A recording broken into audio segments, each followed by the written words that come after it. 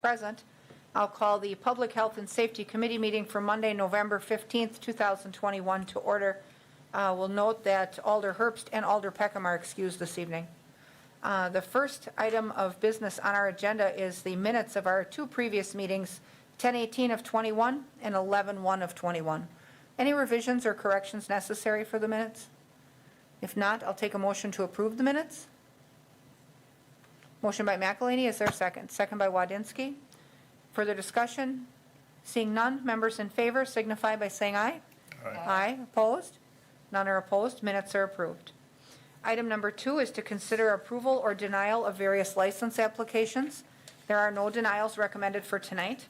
The couple notable new ones is we have the application for a transfer of the Class A beer and liquor license to Scogan's Food Line, or doing business as Festival Foods. They'll be taking over at Triggs next month. We also have Class B beer and Class C wine applied for from Taste of Jamaica and International Market LLC. And we have special event applications for Turkey Trot and Winterfest. Does anyone have questions about any of those? If not, I'll take a motion to accept or deny various licenses as recommended by staff. Motion by Wadinsky. Is there a second? Second by McElhaney. Discussion? Seeing none, members in favor signify by saying aye. Aye. Aye. Opposed? None are opposed, so those are all approved. Item number 3 is discussion and possible action of re-reviewing the findings of fact, conclusions of law, and recommendation with regards to the Class B beer and liquor license of Alan Waller, doing business as 6th Street Pub, premises located at 2002 North 6th Street in Wausau, due to a possible sale of the business and a voluntary surrender of the Class B beer and liquor license. You'll recall a couple weeks ago we had a special meeting. We did a revocation hearing on 6th Street Pub because they were in violation of our abandonment ordinance and had not been open for an extended period. That said, the committee agreed with the recommendation that the license be revoked and forwarded that recommendation to council. Since the Common Council has not yet acted, we have the ability to pull that decision back into this committee and reconsider it prior to council action. Had we progressed past next Tuesday, that would not have been an option. Mr. Waller has called the clerk's office and informed them that he wishes to surrender the license. And the reason he wishes to surrender the license is because he has located a buyer for the establishment. And if the revocation proceeds, there will be a 6-month cool-down period on that particular address whereby we can't issue a license to anyone. And so in light of those circumstances, he did. So the clerk indicates that he has signed the voluntary surrender paperwork as of today. And the new owner is already working on an application that would go to the Liquor License Review Subcommittee. Any questions or discussion on that item? So we have Nate Miller with us if you have any legal questions. Go ahead, Nate. I believe the new purchaser is present, Correct. if anybody has questions for her. Okay. Her application will be vetted in the Liquor License Review Subcommittee and then forwarded to this committee after that has happened. We suspect that that may happen next Tuesday, the subcommittee?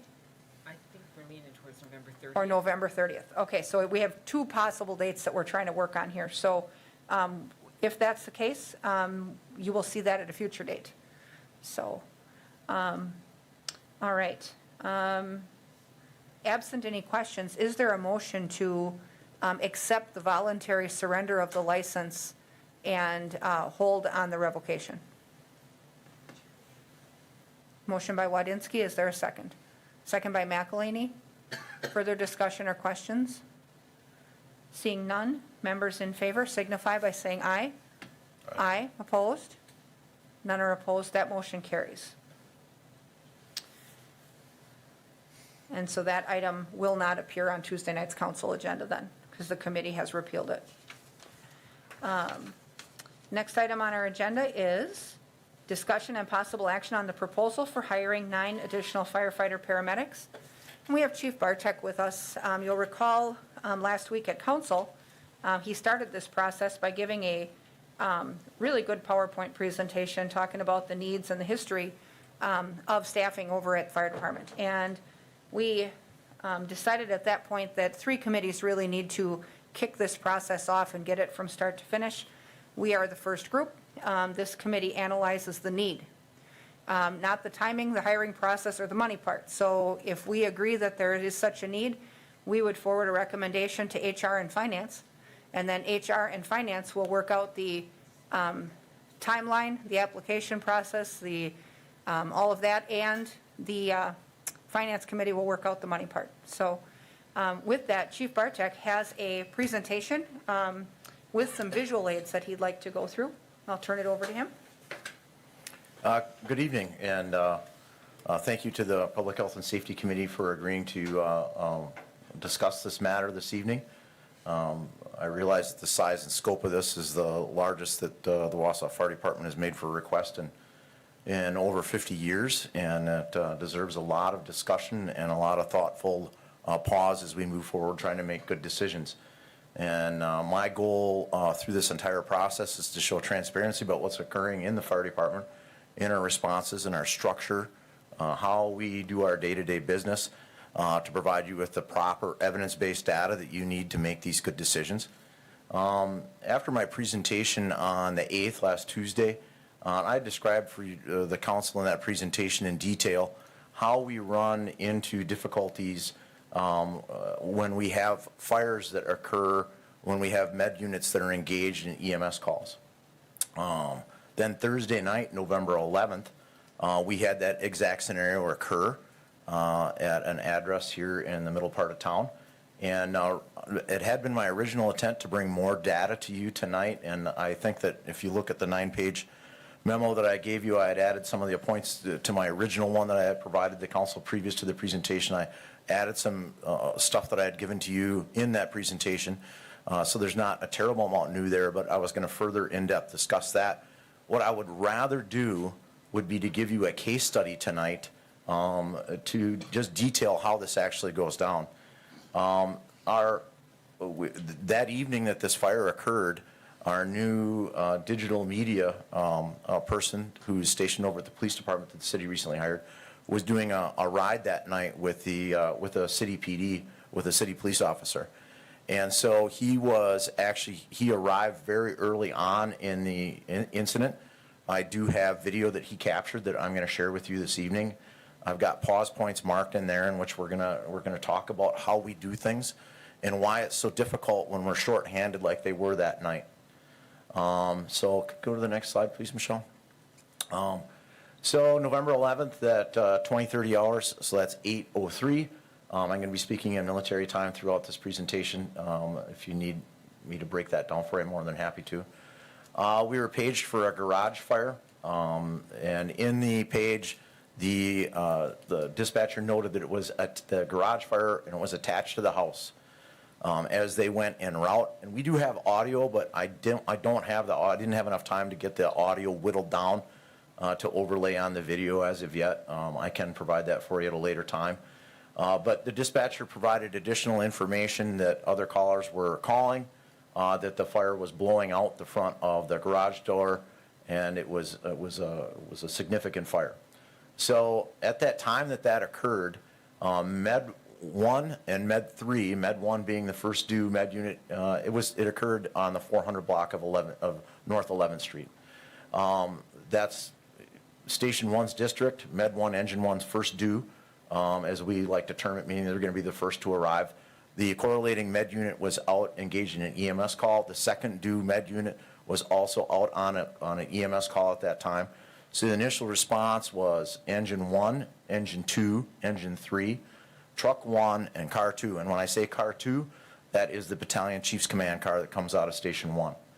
And I got a small typo there. I just got clarification on this here just about an hour ago from the firefighters working that night.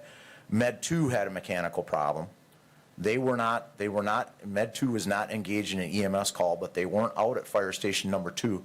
They were downtown. They had a check engine light come on Med 2, which happens commonly. We take it out of service. We have a reserve ambulance for that Med 5, but it doesn't have all the equipment on it. Actually, Med 4, they were going into Med 4. So because Med 4 is ready and equipped, they grabbed that med unit. So they were at Station 1 when this occurred, but they're in the middle of this swap. So they're out of sorts. They don't have their turnout gear moved over between the rigs. They don't have their other medical gear turned over between the rigs. It's obvious right away that this is going to be the only ambulance that we have available on that scene, so they need to get it in service and bring it there. So they had a little bit of a delay in their response, but they were coming out of Station 1 instead of out of Station 2. So a lucky point there. But again, we can't count on luck when we're talking about safety. Next slide, please, Michelle. So here's our unit times. There's a bunch of photos in here. All these photos are photos that our digital media guy captured that night. He did an excellent job. I don't know how he took so many photos in such great detailed video, but he did. So here's our dispatch time is at 8:03, 20:03. Car 2 arrived 3 minutes and 32 seconds later. All of those first due engines arriving at around 5 minutes or less, which is a benchmark time for us to be under 7 minutes. We like to be 3 to 5, especially in these fire responses. So we had a good swift response. As I note with the engines there, engine 1 was responding with and they listen to the audio as they call up en route. They'll say engine 1 en route with a crew of 2. Engine 3 en route with a crew of 2. Engine 2 en route with a crew of 2. And what they're saying there is they don't have their corresponding firefighters in the firehouse where they could have hopped on. One of the firefighters would typically hop onto the engine if they're available. If they're in the station when that occurs, that firefighter is going to be in the rear of the engine. But in this case, they didn't. So we've got 3 engines responding to the scene, each staffed with the engineer at the helm driving, and then a lieutenant in the right front seat. No firefighters in the back. So they make a good solid response time here. So there's a bunch of rolls that got to occur there. Engine 1 is the first due, so they roll right to the front of the structure. That's going to be the main pumping apparatus. They're going to establish, 1, a command presence. If the battalion chief wasn't there, he was there. And then 2, they're going to be the first to deploy whatever tactics are deemed by the commander that night to put in play in the incident. So the other times as we go down there, of course, engine 2 is coming out from the far west side, so they're 7.5 minutes. Med 4, because they were downtown, I mean, they weren't too terribly far behind the engine. They're there at 3 minutes and 51 seconds for response time. Then you look at the 2 other correlating units. I believe Med 1 was probably at ER to produce a time like that, about a 12-minute response, where they would have had to quickly turn over their patient, still give the full patient report, not abbreviate that patient care, which we're not allowed to do. We need to finish that completion. We just can't say move too quickly through a process like that. So it turned over their patient in the ER, and then they responded for the emergency room. And of course, Med 3 was in the middle of their call. It took them over 20 minutes to respond to the scene. Now, this fire is not of big significance to us. This is a single-family structure. Typically, we don't engage in our MABUS agreements at this point. This is what I would term as our bread and butter fire, is a common term in the fire service, meaning that we should be able to handle this with the units that we have in the city. We're not going to have to request units from outside. This we should be able to handle as a single department response. Next slide, please. So here's the battalion chief's summary from his written report. Car 2 arrived on scene first, found a single-family bi-level wood frame structure with heavy fire showing on the alpha side. That means it's the street side. Attached garage. First due engine 1 instructed to pull a 2.5-inch line and begin exterior attack. So I'll unpack each one of these statements for you. As Craig Cruzan was the battalion chief that night, outstanding battalion chief, solid command of that fire, excellent tactician. I made some really great decisions that night that allowed us to save not only a significant amount of the property there at that home, but the adjacent home also. So a 2.5-inch hose line is not a single person line. That's the largest hand line that we deploy. Typically when we're deploying our cross lays, as you see them on the engine, those are 1 3/4 lines. Single firefighter, it's ideally to have 2, but a single firefighter can maybe handle 1 3/4. 2.5 is extremely difficult. There are ways you can do it. And that night we had a lieutenant that had to do that because he was instructed to pull a 2.5-inch line. It's a heavy fire, heavy smoke. It's exactly the right decision to go big water right away rather than going small water and working up. So engine 3 made the hydrant, meaning they're the second due engine, so they're going to grab a hydrant down the street. They're going to hook their 5-inch LDH to that hydrant, and then they're going to offload that driving to engine 1, and then that will get plugged into engine 1 and be the water for the fire. In that interim time, engine 1 and engine 3, they both carry 750 gallons of water. So they have a little bit of start time, a little bit of lead time on that water that they can get to work with while they're making that connection in the hydrant. He also at that time ordered engine 3 to pull a second line, an 1 3/4, to assist in the fire. When more personnel arrived on scene, they were instructed to take a third hand line and make entry into the structure. So that happened a significant distance into or timeline into the fire by the time we had enough firefighters on scene in order to make the interior work, which we try to make quickly when it's safe. There are times where we don't enter, but most of the time we want to get in because that's how we save the most amount of property, and if there's victims inside, that's the only way we can execute a rescue. Crews were limited by were able to limit the fire to the garage only. Living space of the house had heavy smoke damage, but no fire spread. Salvage covers were deployed to save personal property. So salvage covers are huge tarps that we carry in all of our engines.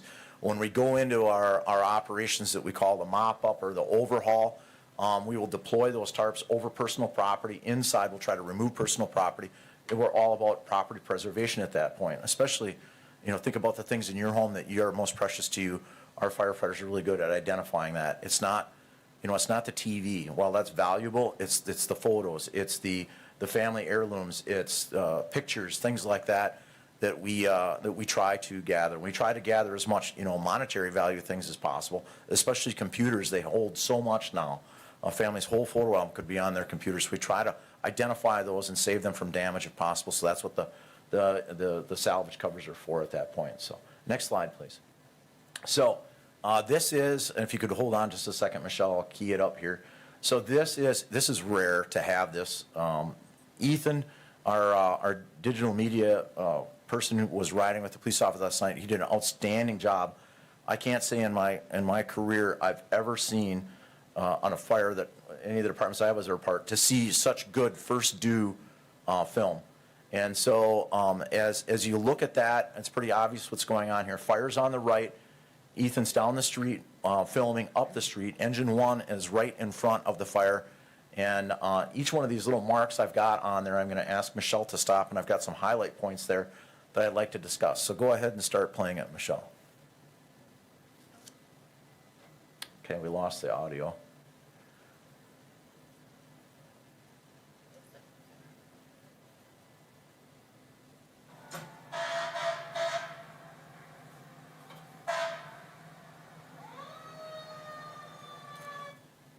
So just hit the little pause button there. There you go, that one. So if you could, just grab right there. That anywhere there is fine. So what you see here is two firefighters, Firefighter Ellison in the lead up the street, Firefighter Parsh in the back. Those are the two firefighters that were on Med 2 switching into Med 4 at the downtown station when the fire occurred. The reason that they're running up the street is that we save the value parking space up in front of the house, not for the ambulance, but for the ladder truck and for other arriving engines. Engine 3 had not arrived yet, so they've got to hustle up the street to get there to go to work because they know Engine 1 has a single engineer and a single lieutenant that are already at the front door of that fire. As you can see, it's significant at that point. Go ahead, Michelle.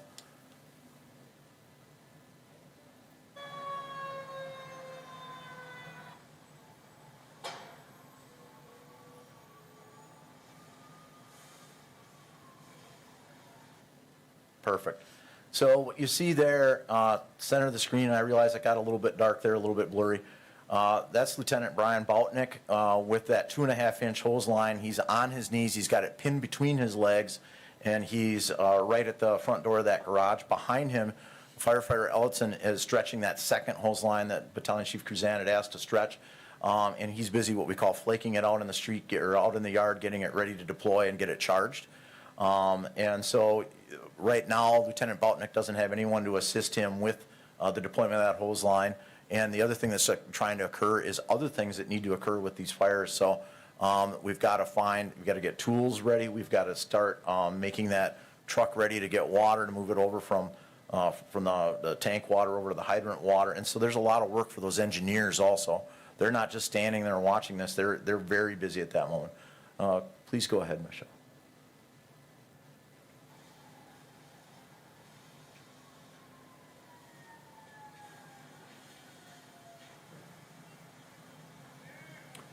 Right in here, right there, stop it, please. So, that's all right, we're just fine here, we don't need to, it doesn't need to be exact science. So what you see there now, Battalion Chief Cruzan, closest to you, now you can see Lieutenant Boutnick, while he's operating the hose line, you see his helmet's off. That's because he was moving so quick to get that 2.5-inch deployed up there, and now he's right at that front door of that garage, and in his statement, it was getting very hot, and he didn't have his SCBA face piece on. So he's not stopping the hose line, it's not stopping extinguishment. He's found a way to pin the hose line in between his legs, doff his helmet so he could don his SCBA face piece and go on breathing air and continue to operate while we're continuing to try to, get proper staff up there to assist him. Go ahead.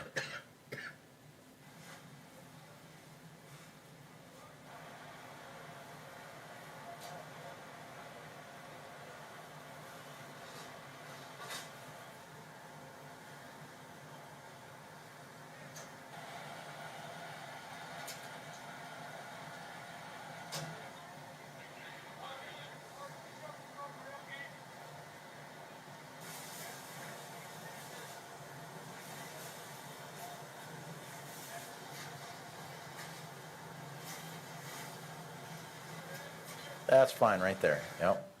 So the reason I wanted to highlight this is sometimes people will look at this and say, you got a lot of people standing around, it looks chaotic, like there's no organization. I'll tell you that this is a very well-run fire, it's very well disciplined, and everyone's got a role that they're working on right there. So in the near ground, you see Engineer Nick Gehring on the hose line. The reason that they're having difficulty with this is that it was a fuel-fed fire, meaning that there's gasoline coming out of that pickup, maybe other places in the garage. And those hydrocarbons are difficult to extinguish with plain water. They switch tactics here later, and you'll see that. In the background, you see a firefighter standing there. That's firefighter Will Zick. He's part of the RIT team, the Rapid Intervention Team. And so anytime that we've got a working structure fire, it's a requirement that we have to have, and it's good practice, that we have to have a rapid intervention team, and those firefighters are dedicated to the rescue of another firefighter. And so if we have a firefighter injured, especially in the interior, exterior, they have to be, they're the responders for the firefighters. But while they're doing that, they're also tasked with other jobs on the fire scene while they're in that status of available. So right now, he's looking very hard for the natural gas shutoff for the structure, because that's something that we always do right away, and usually in the first 360, meaning the first time someone makes a lap around the house to look at all the angles, we turn off that natural gas valve. Well, they never found it.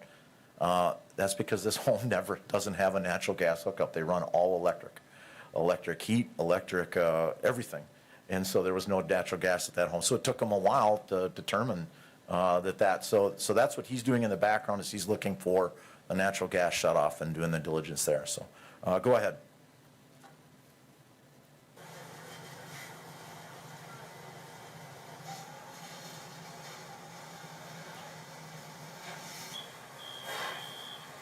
Right there. So now he's got a very, this is probably the most dramatic part of this video, and it only flashes on here for a couple of seconds. And so what you see here is now Lieutenant Boutnick, who was the first on scene that deployed that 2.5-inch hose line by himself. Now he's got a crew of 2 firefighters with him, and they're making entry into the structure. And so you can see in the bottom, right next to the door there, you see the back of a SCBA bottle, and you see the fluorescent stripe on the rear end of a firefighter as he's crawling forward, and you see the next firefighter behind him squaring up his face piece, ready to make entry. So as you can see, that thick black, coal black smoke rolling out. It's an extremely dangerous environment. They're going to go in there not being able to see. The heat's going to be very intense, but at the same time, it's the must-do job in order to extinguish this fire in a timely manner, save as much property as possible. At this point, and I should have said very early on, we knew that there was, the homeowners reported that everyone was out of the home. And when we have that direct report, it brings everyone's blood pressure down, because the only thing we've got at risk then is the structure itself and the contents. And so we have a saying that we risk little to save a little, we risk a lot to save a lot. So at this point, this is actually a fairly safe entry for these firefighters, because they're just going in to save property. But I must highlight that they're going in an extremely dangerous environment at that point, and that's why a single lieutenant arriving can't go interior. He has to have a crew. He has to have a team. He's got to have a RIT team on the exterior of the structure in order to provide that rescue element for them as they go in to do their work. And he's got to have a crew in there to do the work once they're in there. A single person cannot accomplish the work. It needs to be a team. And when I provided some of that data, if you look at those NIST studies that I talked about in there, they studied at nauseum the difference between 2-man engine companies, 3-man engine companies, or just three firefighter engine companies and 4 firefighter engine companies, and the effectiveness of it. And when you have a 2 firefighter engine company, it's horrific how little of effectiveness they are, and it exponentially goes up the more firefighters that you add. So keep moving on, please. Oh, that was the. You'll have to fast forward to that spot.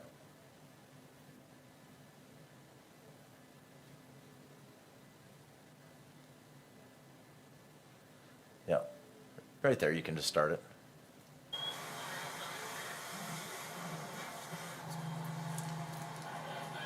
That's the engineer operating the pump.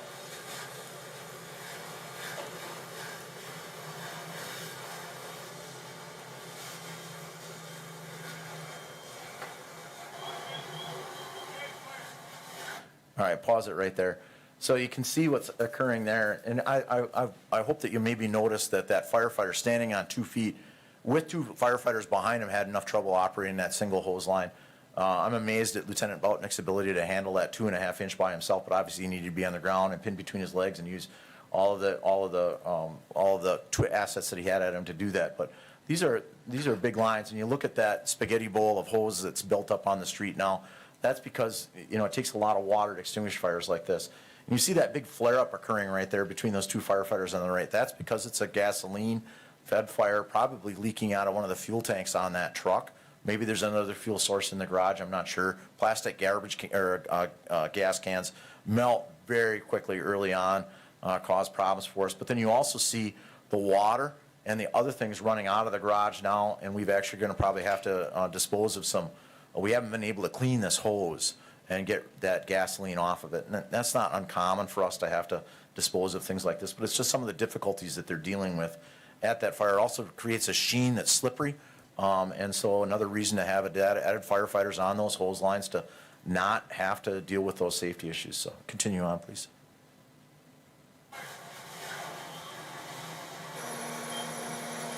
So right there, now they've switched the tactics. So now they're applying foam. And if you've watched anything in the news the last couple of years, you talk about PFAS foam. This fire is actually would have been the ones that we would have used our old PFAS foam for because it was great for hydrocarbon fires. So now we've got an environmentally friendly foam that we use for that, but it takes a special appliance. So if you look at that size of that nozzle, it's like the size of a 5-gallon pail lid or bucket, have you. And they have to make a break in the hose line, put an inductor in, draw the foam out at a certain percentage in order to create that foam. And what we're trying to do there is blanket it. That's the only way to extinguish it, is to remove the oxygen from the fire. We're not going to extinguish it with cooling, which is normally what the water does. And you can see it's up in there. And the whole reason that we want to try to get that extinguished is all that smoke and heat is still going up and into the house. We need to get it extinguished and properly. Go ahead, please. Thank you.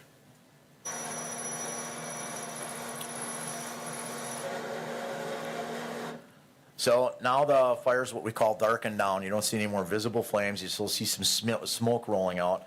Now it's time for the firefighters to go into overhaul. This is when we're going to try to determine where it's extended into. We're going to have to open some walls. We're going to have to open some ceiling. It's a dangerous part of it because now your firefighters are tired. They feel like they've got it, and they can have flare-ups. I like the kind of just the whole exposure that you're seeing here because you see a lot of what's going on. You see Acting Engineer Koss and Engineer Mark Talgis changing out Lieutenant Pat Mocha's air pack there. He's the one with the axe standing up against the engine. And in the background, you see the other firefighters gearing up to begin the overhaul process. Go ahead.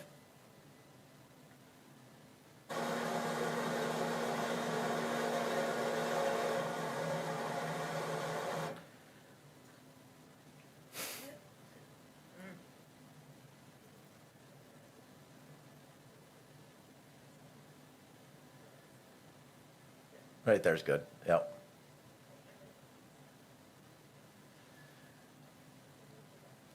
That's fine, you can leave it right there. I was just gonna pause and, if you take it back there, show where you can see Corey's face there. Back it up a frame or two. So that's you see firefighter Corey Parsh there, facing Battalion Chief Cruzan, giving a face report or a verbal report. You see firefighter Colin Ellison in the background there. Those are the two firefighters that had hustled up the street on first arrival. So now they've probably gone through one air bottle. They're ready to go out of the offensive mode and into that overhaul mode and just getting squared away on their orders from the battalion chief. This is how, we use the radio communications a lot, but there's so much that's done verbally and so much of that communication that's done well. Craig's an excellent on-scene commander. He runs a really tight ship, and this was a very well-run fire for a very limited amount of people that he had. Go ahead and finish up the video.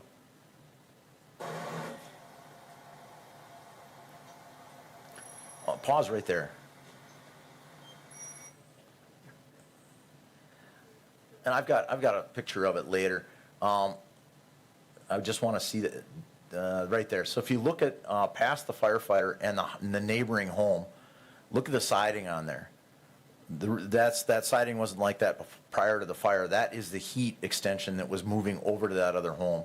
And so you really didn't see it in the video, but for a long period of time, the firefighters were applying water onto that neighboring home to cool it, to keep it from spreading to that neighboring home. So there's really two different exposures that they're trying to limit the fire to here. They're trying to confine it to the garage to keep it from the home of origin, meaning they're trying to keep it out of the living space of the home to protect as much property in there, but now they're also trying to protect the neighboring home. If this fire had occurred in a rural area where they couldn't get firefighters for a long time, I can guarantee you that it would have caught the house next door on fire. And then you'd never know, with especially in that area, being that we've got fairly short setbacks and fairly tight distances between our lot lines, how many homes that can spread to. So it's very important that we attack these things quickly and extinguish them fast. So you can go ahead and finish the video. So now overhaul's done. The fire's, out. Investigation group has been called. They're going to make a determination, does this, what nature is this? Do we need to have a full investigation? And then you can see the mess that they've got to clean up and go from there. So very physically exhausting job, but this is, a standard fire for us. This is nothing, the one that I described in the council meeting that occurred on November 1, on the southwest side, really similar in nature, an exterior fire that was spreading into the interior. At that point, it was the acting lieutenant that was on engine 1, deploys a hose line by himself and gets the extinguishment started that way and the initial knockdown that way.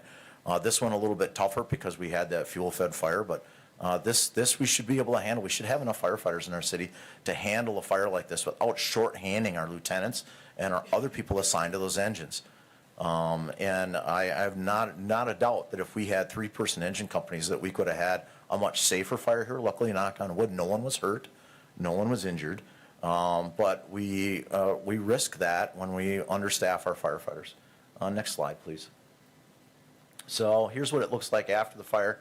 The photo on the left is in the garage looking past the pickup truck, and you can see the door that's in the middle of the photo there. So that's the door going into the living space. Unfortunately, that door was left cracked, and so a lot of that heat and smoke was allowed to spread into the home, but the fire didn't spread into the home because they had quick water application.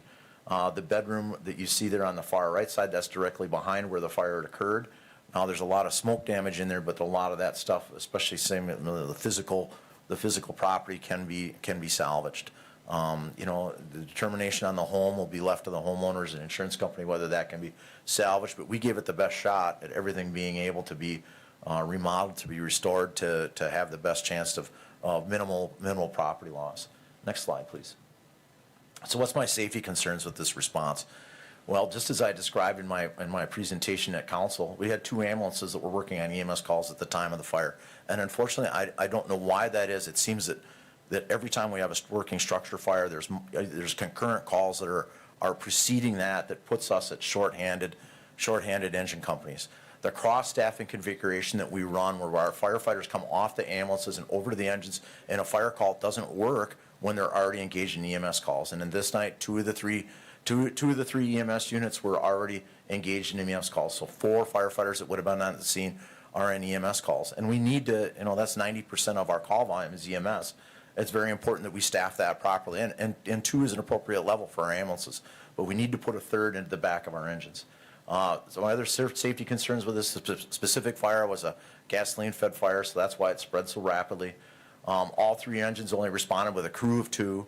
The initial hose line deployments were delayed due to lack of staffing, meaning when you only have 1 firefighter, you can't move as quickly as you can with a team of 2 or 3. They were also made more difficult. And what I mean by that is that it's much more physically demanding to deploy, especially a 2.5-inch hose line. They're extremely heavy. By yourself. When you have a proper staffing, it can go much quicker. And we train to do it as teams. We don't train to do things by yourself. Other safety concerns that I already talked about, the close proximity to the next door home. We were really in a poor response posture due to our lack of staffing. To have these 2-person engine companies in this position when this call struck really put us in that. It's exactly what ISO describes and why they give us a 56% on our deployment, because cross-staffing is ineffective. In the middle of this, we had to turn down a subsequent ambulance call that occurred in the middle of this fire. Now, I'm not saying that probably wouldn't change with added staffing. Possibly later on, there's always a priority of putting an ambulance back in service for subsequent 911 work. But during the timeline of this fire, they received a subsequent ambulance call, and they, I believe, requested Riverside for that response. And so Riverside came up with one of their ambulances and assisted us with that. So we did have to have some MABUS help with this event that evening. So next slide. What would change with more firefighters? Well, I've been kind of talking about it continually here. That means that we would have had 3 teams of 2 on the initial attack. It means we set up the fire ground quicker. We're able to make entry quicker because we've got our RIT team available. We've got an entry team available much more quickly rather than arriving at 1. It's increased safety for those firefighters that are operating hose lines to have them properly, have 2 people on the hose line rather than 1. And in a lot of those fires, we try to increase that RIT team from 2 firefighters on the rapid intervention team to 3. It's a physically demanding job to try to rescue a firefighter. We practice it all the time. We're not light individuals once we've got all our turnout gear and SCBA's on, and we're doing it in a dangerous, dark environment. And when we have the opportunity to increase that RIT team to 3, we do. And the span of control definitely gets easier for the commanders when you've got companies rather than individuals that you're assigning tasks to. What I mean by that is that because the Med 2 was coming from the downtown station, they're not with their company, they're not with Engine 2, they're just 2 firefighters that now the Battalion Chief Cruzan has got to grab them as individuals, assign them, you're going to be over here, you're going to be over here. So he's not following good fireground discipline of just calling companies, saying, Engine 1, you're on this, Engine 2, you're on RIT. It just works so much easier when you have proper companies. Next slide, please. That's all I have for that case study. I welcome any questions that you might have about not just the presentation, but also the memo that I provided for you previous to the meeting. Committee members, questions for Chief Bartek at all? Comments? Jim, go ahead. What was the response time for Riverside for that ambulance? I don't have that data on that. I can find that out, but it's probably, it all depends on what response posture they're in. If they don't already have their main ambulance out, and then they've got, paramedics ready to go out, but they're a combination department, so they've got to sometimes call people into the station to respond on a call. I don't know how long. Typically, they're pretty quick. I would say it's probably, Jeremy, I hate to guess. I would say between 10 and 15 minutes, but I hate to give that guess. They may have been way quicker than that. If you would get your extra firefighters and there'd be 3-man crews on these 3 engines, would that, maybe in a situation like this, leave that ambulance in service? It very well could. It depends at the stage of the fire. Saying at the initial stage of this fire, probably all firefighters are engaged in that operation. But once you move into that overhaul, it's pretty easy to take it's usually whatever engine's in that district that's gonna be in charge of overhaul, the investigation, all that, then the other outside companies. So we usually put a priority on relieving engine 2 because there's such a long response out to their district. So you try to pull engine 2 and med 2 out and put them into service, and then they can cover subsequent calls or other concurrent calls in. So yes, it would make a significant difference. It would allow us to put another ambulance possibly into service. It depends on the scenario. Additional questions from the committee? I'll just offer the feedback that this is fantastic video. I'm so glad that you had the videographer with you that night so that we could see. Me too. And so that our citizens can see, really what it takes to do that job. And I guess I'll just offer that in 2009, a year after I had come on the city council, the council was invited to do an exercise simulation called Fire Ops 101, where we went to Merrill and we put on the firefighters' gear, and we walked into a burning building and deployed the hose, and we dragged out a 75 or 80-pound dummy in the dark with the smoke and whatnot. And we cut apart a car, and we worked the jaws of life and all these things so that we could understand what it takes to do their work. And obviously, this was voluntary. But I will tell you that it was the most eye-opening experience that I've ever had. Because you cannot understand what it takes to do that kind of work until you've had an experience like that. And, obviously we all are completely untrained to do that work. But to do it in general with the proper equipment and staffing is one thing. To do it short or with stuff that it, doesn't work properly is totally different. And so, from that point, I attended an awful lot of swear-in ceremonies for our new firefighters and our new police officers. And one promise that I always made to them as council president is that we would not ask them to perform a job that the average person can't perform with stuff that doesn't work, without the proper stuff, without the proper equipment, without the proper training. And we spent a lot of years trying to address needs in the fire department because they were numerous. It was everything from facilities to equipment to breathing apparatus to trucks to you name it. And we finally got to a point where we solved the equipment and the vehicle issue, and now here we are with the people. And so, you can have all of the great equipment and things, but if you don't have people to operate them, they're pretty useless. So, I guess I can completely see the need to add to the workforce here. In fact, I find myself wishing that we had done it before, but, as we were trying to triage those needs, early on, the equipment was number one. Stuff was expiring and very expensive, and we did that, and the facilities were beyond the pale as well, and we opened up Station 2 now, new, and we've done some refurbishing at Central and at 3 to kind of get that environment to a better state. But I can completely see where we are short, especially when you illustrate the call volume increase and the staffing stagnation. It makes sense to me that we should consider this.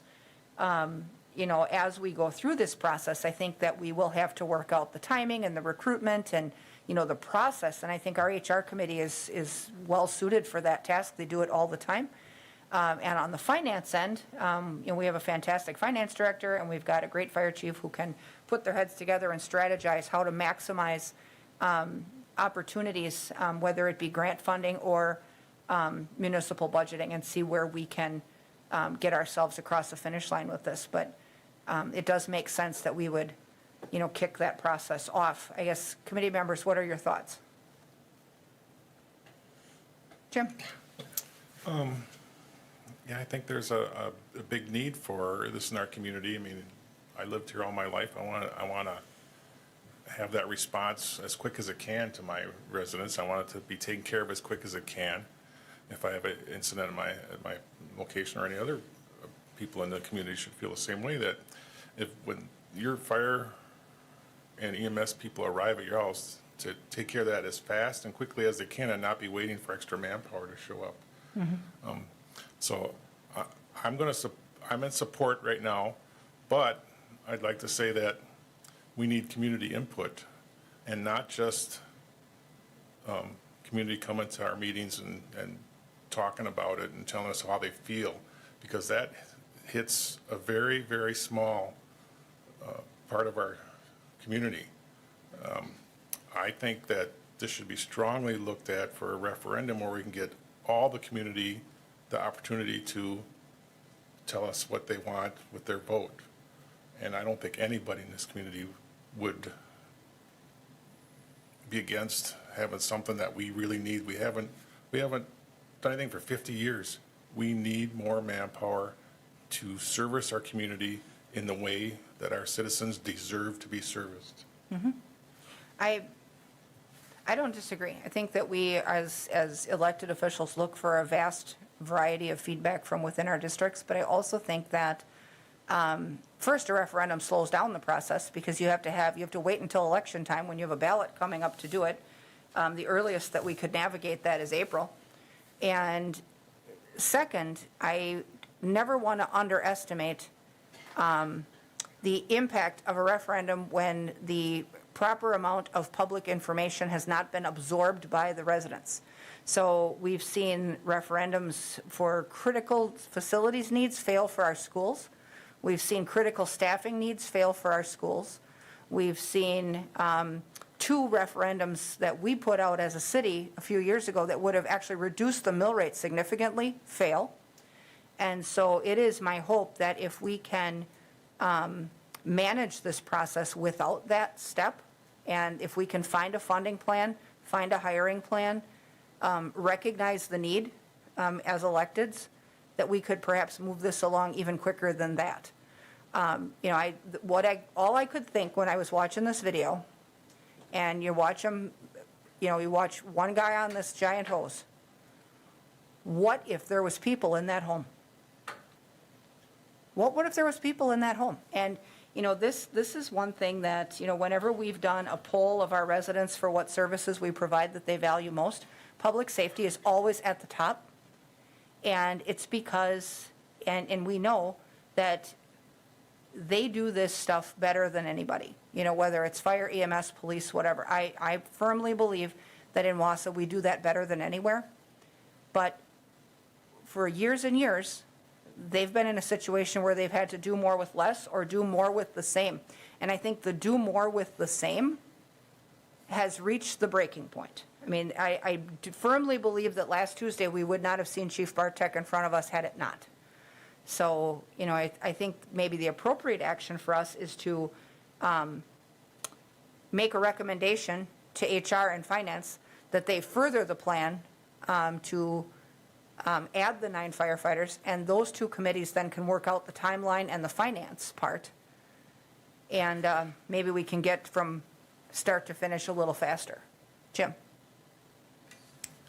I'd be on board with those other committees if they can find ways to do it. However, I don't want to take away from other departments that need their funding for what they do. So if there's ways to do it, I'm on board. Right. No, I totally agree with that. You certainly don't want to shortcut one operation to infuse another. I mean, that's certainly never our goal. But I think if we want to continue to deliver service at a high level in exchange for, the taxes that people pay in Wausau that are surely not cheap, we have to continue to do it better than anyone. And I don't know that we can do that unless we really take a hard look at where we're at with this. Public comment, briefly? Yes, Chief, You'll step up to the microphone so that we can get you on video, and then state your name and address for the record, sir. Thomas Brown, I live at 715 North Fifth Avenue. I have a question for you on the summary of PPC review. I don't know what PPC means. Is it under the ISO rating? It's for your insurance status. Yeah. And so that's a classification that's So it given to us. determines your insurance Yeah, payments, right? well, it's one of the, and I'm not an actuary. Right. But the ISO rates fire departments on a scale of 1 to 10, 10 being the worst, 1 being the best. We're currently ranked at a 2, and we're going to be reviewed, I believe it's in April of May of 2022. And so right now, Deputy Chief Kopp and our Training Division Chief Dave Briggs are leading that, along with our admin, and we're hopeful that we can keep the 2, but we're not moving to 1 whereas we currently So are. my question would be, what impact would these 9 additional employees?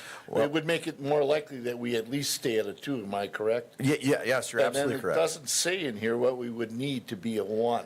It's really You know, that, Is I that can't. an Yeah, unobtainable vote? that's my writing there, and it's difficult because when the ISO comes in to apply their current template to our department and how they rate those things, it's difficult for me to say how it's going to shake out in the end rating. For sure, our deployment numbers will go up and our manpower numbers will go up, which could help elevate us to, definitely going to stay at a 2.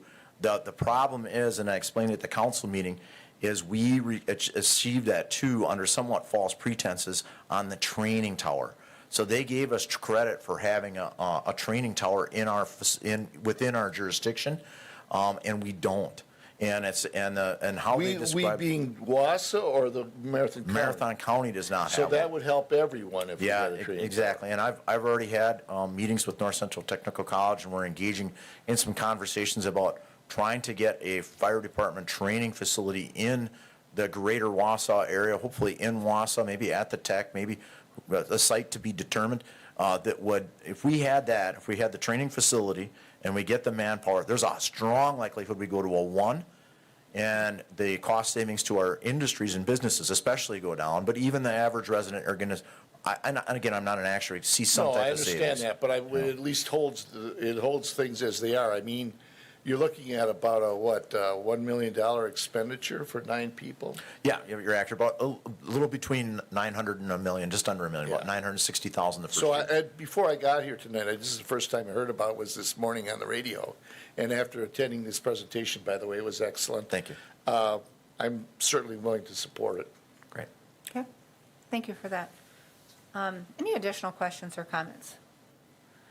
Do we have a motion from within the committee to to forward a recommendation to HR and Finance to continue this process and consider the hiring of 9 additional firefighters? Motion by McElhaney, is there a second? Second by Wadinsky. Further discussion or comment? Seeing none, members in favor signify by saying aye. Aye, opposed? None are opposed, so that motion carries. So the HR committee will do some background work and prepare for that item, and we'll do the same in finance. Thank you. So thank you for that presentation, Chief, very helpful. We only have 2 additional items on our agenda tonight. We have the operations report from the fire department for October of 2021, which we review monthly. Anything that you have questions for on the report that you would like to talk with either the chief or the deputy chief about? Anything that you guys would like to talk with us about, other than November 11th, which we just talked about? I actually just to talk about what you see in your packet, the 5 fire events we went to, and to mention the mutual aid given in fire and EMS a number of 8 times in the month of October, I think is worth pointing out. It is good to see those synergies and those relationships between fire departments. Sometimes, I think that, just to the average person, it seems like there is, not that same connectivity between fire departments, but in the spirit of mutual aid, there always is. And when the call comes, it's great to see that our neighbors are as willing to help us as we are to help them, and vice versa. So, not to say that you would depend and rely on that 100%, but it is so great that with our neighboring communities that we can either be backed up or back one another up. I think that's super helpful. Anything else on the report?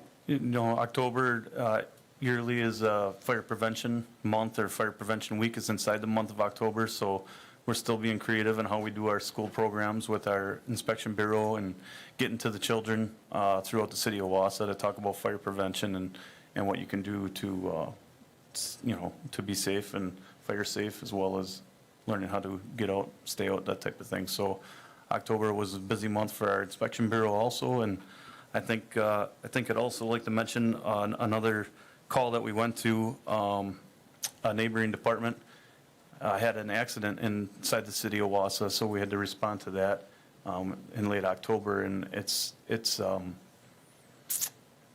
heart-wrenching to see that when it's another fire department. So the things that are learned and the things that come up again in both safety and operating safely inside the city, as well as our own members going through continual training to make sure that we're doing our best to keep ourselves safe. Yep, definitely very difficult to see that happen to anyone, any emergency vehicle. So, any other questions or comments? If not, we'll place the fire department report on file.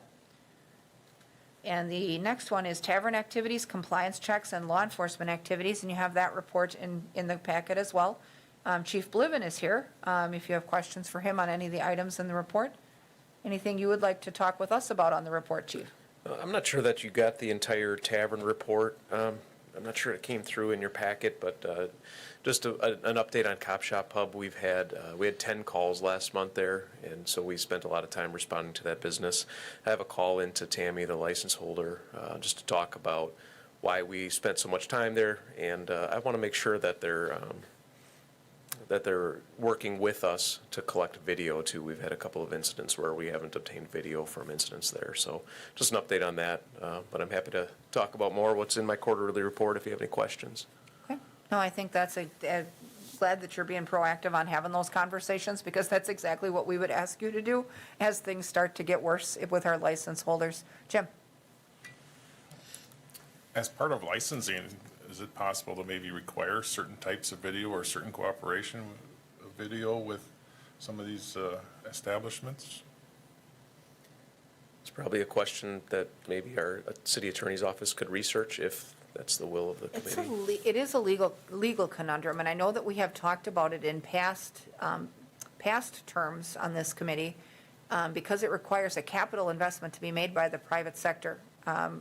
We have not pursued that, mostly because most establishments have video and are willing to hand it over when they have it. There's not a whole lot that, where you go to find it and there isn't any. So, but I know that we have talked about that in the past, and I know that we've done some, maybe some legal research in the past about whether or not that is possible to be a caveat of the license. It's certainly something that, required or not, that we encourage in the liquor license review subcommittee when that subcommittee meets with operators, whether they're new or experienced. We always right away try to get them to cultivate a positive relationship with the police department and offer that outreach and training and networking, but also encourage them to have those systems and, utilize them for proper security. So, And I think we've been pretty successful in working with establishments that have the video to be able to obtain the video. Sometimes, when we respond there at midnight, the bartenders don't always know how to operate those systems, and so it's a matter of waiting till the next day or till the owner comes into town next. So it can be difficult to do that follow-up, to get an officer back there to get the video. It's just like in the moment, it's not always readily accessible to us because the bartenders don't always know how to operate those systems. But we've been pretty successful in getting the video when we need it. and when we aren't, and when they're, obviously resistant or modify the footage, then we have other conversations with them in here.